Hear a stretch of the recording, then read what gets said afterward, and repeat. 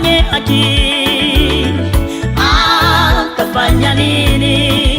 Je, yeye huyo kana imani yake? La, yeye huyo kana imani yake?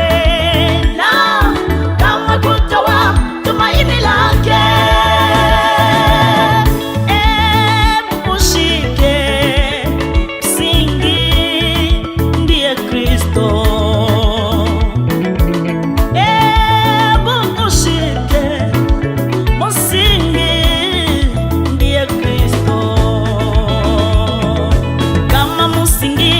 Ukiharibika mwenye haki atafanya nini?